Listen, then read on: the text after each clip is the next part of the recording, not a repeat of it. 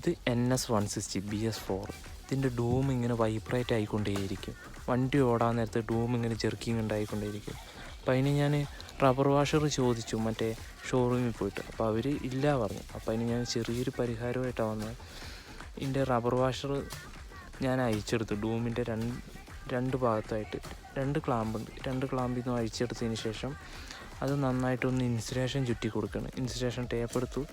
4 നന്നായിട്ട് ഇൻസുലേഷൻ ചുറ്റി ഒരു മീഡിയം ലെവലിൽ ഇൻസുലേഷൻ ചുറ്റിക്കഴിഞ്ഞാൽ അറിയാമോ, നേരെ അയച്ചെടുത്ത ക്ലാമ്പിലോട്ട് ഡയറക്റ്റ് കയറൂല. അതിന് വേണ്ടിയിട്ട് ഞാൻ ഒരു നെട്ടും ബോൾട്ടും ഒരു വാഷറും എടുത്തു.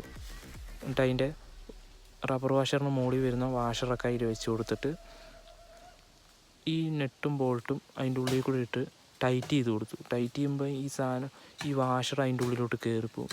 റബ്ബർ വാഷറിൻ്റെ ഉള്ളിലുള്ള വാഷർ അതിൻ്റെ ഉള്ളിലോട്ട് കയറിപ്പോയിക്കോളും.